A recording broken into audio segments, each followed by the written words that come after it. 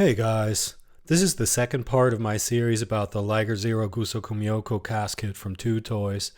TwoToys is an awesome fan-driven manufacturer of all kinds of parts kits for fans of Zoids and some other things. They're the sponsors of this video and you should definitely check them out at the link in the description. This video is also kind of an introductory tutorial for working with resin. I'm assuming most of you have only built plastic kits, and there are definitely some things you need to know if you're getting your first resin kit, particularly if it's a garage kit like this one. So let's get to it.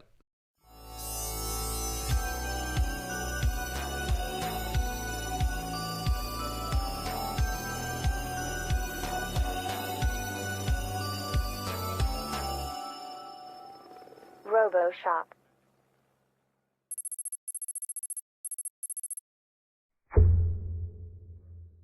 Alright, so we're going to start with what kind of tools you're likely to need, sort of a general overview of what you're going to do with them, and we're also going to get rid of this piece of cork here. And then I'm going to move on into voiceover, but before I do anything else, the single most important tool that you need if you're going to be working with resin is this. Yes, you need to wear a dust mask. No ifs, no buts, don't talk back to me.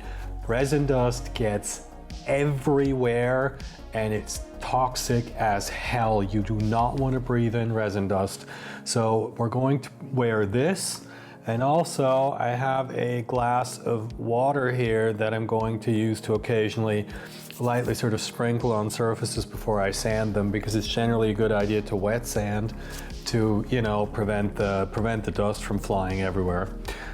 Speaking of which, what we need for sanding, or what you can use, there's a bunch of different stuff, you know, whatever gets the job done, is I have these sanding sponges from Tommy-O, a couple of different grits. Doesn't really, I mean, okay, fine, this is 600 and this is 1500, but there is no right or wrong grit for resin sanding. Just use what works for you. You have to experiment a little. And then I also have this assortment of sanding sticks here. These don't work terribly well because they're not really meant for wet sanding, but if you're a little careful, you can get away with using them anyway. Of course, just as if I was working with plastic, I also have my hobby knife here, and this nifty little side cutter. And then we also need, for filling larger gaps and imperfections, Milliput, and I will show you how to use this stuff later. And for smaller imperfections, I use Tamiya Putty, but there's a lot of different things you can use. Also the same with the Milliput. I mean, this is a two-part epoxy putty. And it works for me. Some people love it, some people hate it. If you want to use green stuff or whatever instead, that's fine. Whatever works for you. Also, for the Tamiya Putty, what I've found over the years works really well is this lacquer thinner, because the Tamiya Putty is lacquer based, and I really find with any kind of filler, the key property that makes a filler either work for me or not work for me is its consistency. And what I can do with the lacquer thinner is that I just thin this down ever so slightly, or quite a bit, to do exactly what I want it to do. One thing you have to keep in mind though is this stuff shrinks because it's solvent based, whereas the Milliput will just harden. I also have these toothpicks here for applying putty and smaller things. And I'm going to actually be using these for the first time, but I expect they should work quite well. These rubber brushes. If you can get tools like these made out of silicone, I would actually recommend you get them made out of silicone. I don't have silicone brushes because I don't got fancy sculpting tools. I've just got these, but I expect they should work quite well to work with the Milliput. If not, you will get to watch me eat crow later in the video. Yeah, and that's really all there is to it. You're sanding and cutting away imperfections, and you're filling up gaps. That's what you do, and now I'm going to show you some examples. Right, so the first thing you're going to want to do is resin parts need to be cleaned before you start working with them. And unlike with plastic kits, this is absolutely not an optional step. The resin casting process involves something called mold release that you have to put on the molds to actually be able to get the silicone off of the resin parts after you've cast them. And there's typically still residue of that on parts when you get them. So what I do is I put them in one of these IKEA tubs that you can see here and just basically spray a kitchen degreaser all over them, scrub them, and then fill the tub up with water and more kitchen degreaser and just let it soak overnight. Give it another scrub, give it a rinse, and you're golden. There's no real need to let them dry before you start working on them because it's actually better to wet sand on resin anyway, so you can pretty much just kind of dab them off a bit with a towel and you're good to go. Right, so the first thing I'm going to show you guys is how to get rid of flash. Resin kits have, flash in similar places and for similar reasons that plastic kits do. It's pretty much just a result of the molding process. And what you can see me do here is I inspect the part briefly to see what needs to be removed, and then I just pretty much scrape it off with the hobby knife here. This is something that's actually tends to be easier to do on resin kits than with plastic because the material is a bit more brittle and as a result it's harder. So if something is really thin like flash, sometimes you can actually just get rid of it with your fingernail or just break it off and it'll just disappear. What you can also see me do here is that I often sort of check the surfaces with my finger because it's hard to see whether everything's actually gone. Yeah, and then do a little bit of sanding at the end. There's another thing where typically you actually need to sand less on resin after you've removed flash than you do on plastic because of the different quality of the material.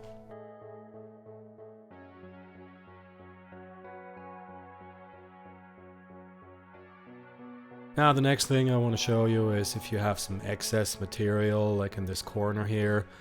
It's basically also flash, but it tends to be more common on garage kits, and it's not just sort of a thin layer of flash, it's actually sort of an extra chunk of resin. And what you see me do is, well, just cut it away, make sure you pay attention to where the part is actually supposed to end.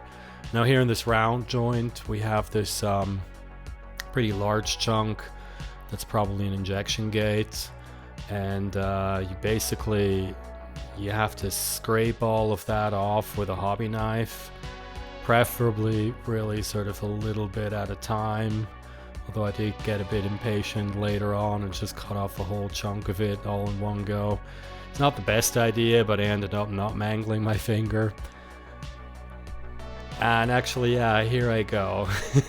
I just got impatient, and it makes a really funny squeaking sound as well on the original recording, but I got rid of that. Anyway, once that's all off, you just go ahead and start sanding. And what you can see me do here is sort of trying to make sure that I conform to the round shape. So I'm being a little more careful than when I was sanding off the remaining flash at the start there, because of course you want the shape still to be round, and it's actually very easy, even with these soft sanding sticks, to end up with a flat surface because, well, you're sanding flat.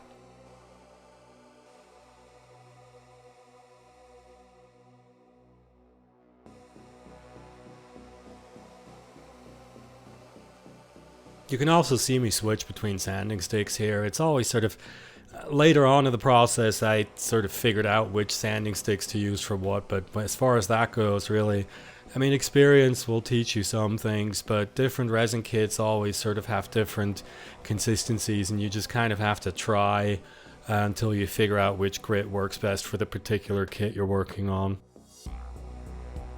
Yeah, and here's another example of how to deal with excess material in this corner here. And what you can actually see me use here is a file.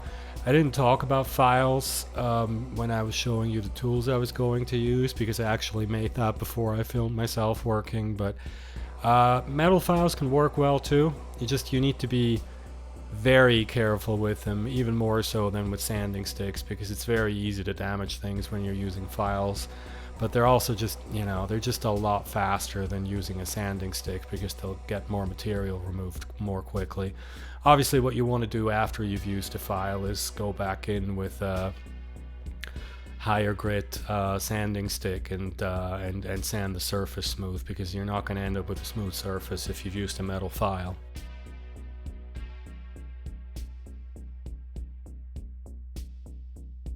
And here we have an example of a piece that really has a lot of excess material, which is the katana. And you can see here there's supposed to be a gap here in the tsuba, and what I end up doing is actually clipping that away with a sprue clipper. Or rather, what I did is I sort of clipped away at the sides, and then I broke it off and then cut away the excess here, so that I would end up with a smooth edge there. I actually tried the smaller clipper that you see in the background here at first as well, but that really just didn't work. But that's another thing. I'm just, there's a whole mess of tools lying around here, as you can see, and I don't know about other people, but I just often end up going back and forth between a lot of different tools. Here I am switching to the knife, because that's just how it goes. You don't know you know what you want, but you don't quite know how you're going to get there. And so the important thing is just to have a lot of tools on hand and just keep trying until you figure out something that works. And be careful, because once you've cut it off, it's gone, right? Yeah, and then I cut away the injection gates on the blade. That was actually very straightforward. Just took the sprue cutter to get rid of most of it, and then cut away the rest with the knife, and did a little bit of sanding just to smooth out the edge, but there wasn't much to that. It's just to show you that, not everything has to be as involved as some of what I'm showing you here. Most of it is pretty straightforward, but obviously I wanted to show the difficult parts so that I can show you something about how to work with resin.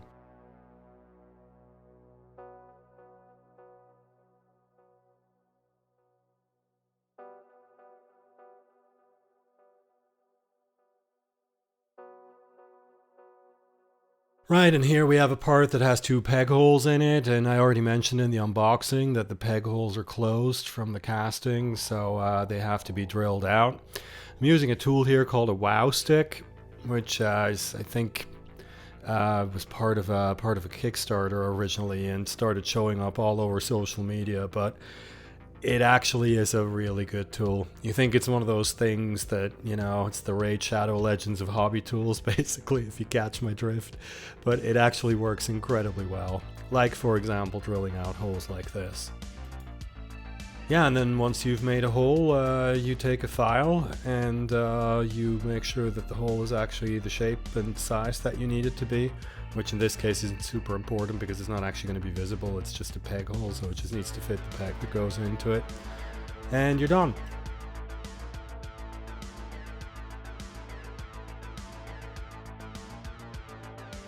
Right, and here we get to puttying. I ended up not using the Tamiya putty at all. Like I say, have a lot of tools ready and then use whatever actually works. What I like to use is Milliput. It's a epoxy putty made of 2 components, a lot like green stuff that maybe more of you are familiar with. And yeah, they're soft when they come out of the box, as long as you keep them away from air anyway. And then you mix them together, and once it's mixed together it starts to harden. It has quite a long working time though, and it's very easily manipulated with water, and so yeah, I quite like it just because it's easy to work with, although you will see me make a huge mess. Also, getting it out of the packaging is a bit annoying, so we're going to jump ahead here. So yeah, what I've done is I've cut off these 2 thin slices from both of the sticks. I put some water on my hand because if your hands are wet, the material sticks to them less, and that just makes it easier to work with. It's also the reason why I don't wear gloves for this, because it just sticks to the gloves and it's even more annoying, although you will very quickly see my hands get covered in just some sort of the residue that the Milliput leaves. And what I do is I make 2 sausages, this being the first one, and then I make a second sausage by means of the same arcane and incredibly complicated process that I'm sure requires lots of explanation. And then I twist them into each other. It's just an easy way to mix the 2, and then you do that as many times as you need until it's all one uniform color basically, and then you've mixed them properly and it's going to do what you need it to do. which is to be easy to model and then to harden once you're done with it. You will need to leave it overnight, of course, but then once it's hardened, it's also very easy to sand. And yeah, that's why I like working with it.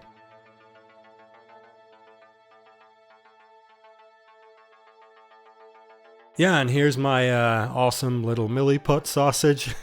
This is also, by the way, this is about 5 or 6 times as much material as I end up actually using. So if you don't want to have to keep resupplying, just don't use this much because you won't even need anywhere near as much. The first thing I'm going to do is fix these air bubbles that you can see here on the sword blade. So here's me inspecting that. And then I take a little bit of milliput, and first I tried to stick it in there with my fingers, basically. But really what I'm doing is just I'm making a little bit of a sort of a sausage shape and sticking it into the air bubble, just so that, you know, so that it's somewhat filled. It doesn't really need to be completely filled. You're just trying to get a smooth surface after all. And then I leave it that way. I very quickly realized, as you can see me doing here, that it's actually far easier to stuff it in there with one of these sculpting tools that I mentioned early on, which I'm actually using for the first time here, and I have to say I'm very happy with them. I've got the pointy one for this stuff, and I've got another one with a flat edge that you're going to see me use. You just get some water on these, and then they become completely non-stick as far as the milliput is concerned. And it's just far easier to see what you're doing and to work with a little bit of precision than just using your fingers. Obviously, not very surprisingly. Okay, and then the next example of something you might end up having to do with putty is, this is actually also an air bubble, but the air bubble ends up having sort of replaced the entire corner of the part here. So what I'm doing is I've got a little bit of milliput stuck to the tip of my sculpting tool here, as you can see, and now I'm basically stuffing it in there to fill up the hole. And really what you want to do is just replace the air with resin, with putty. You just add more than you really need. In a minute I'm going to remove some of this. And sort of just try to roughly conform to the shape that you're supposed to have.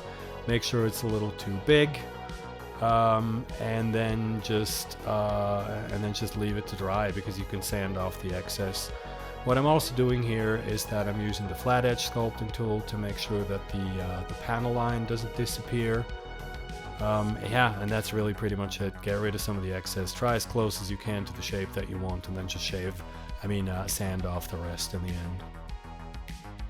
Right, next is fixing warped pieces with hot water. I have a jug of water here that you can kind of see from the steamy appearance is not boiling, but it did just come out of the kettle, so it's close to boiling temperature.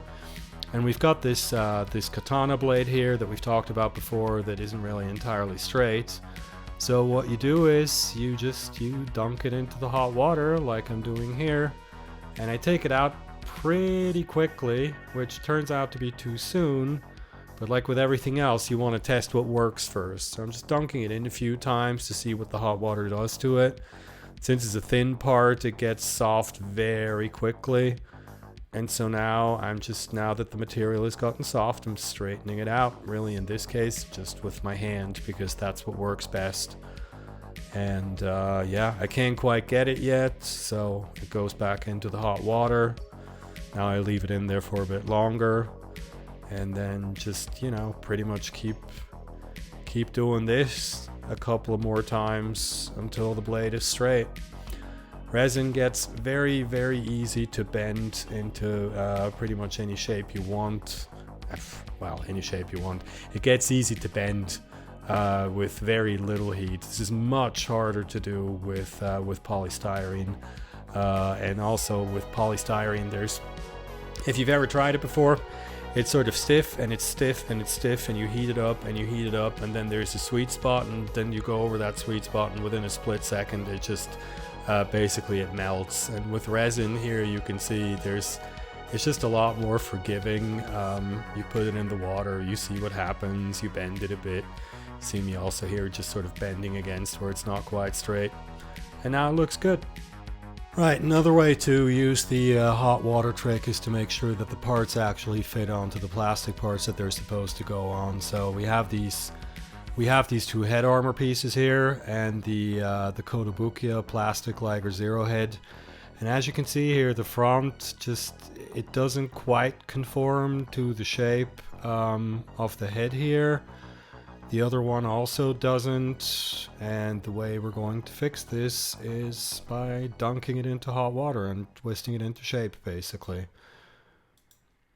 And so I tried it by just heating them up and pressing them onto the head, but that didn't work so well. So what I eventually figured out I had to do is dunk them in hot water for quite a while, because this is a relatively thick part, so it takes longer to become malleable. And then what I do is I take it out of the hot water and I bend it into shape, basically a little farther than it actually needs to be bent inward. And now you can see as I press it back onto the head, it gets bent outward to just exactly where I need it to be.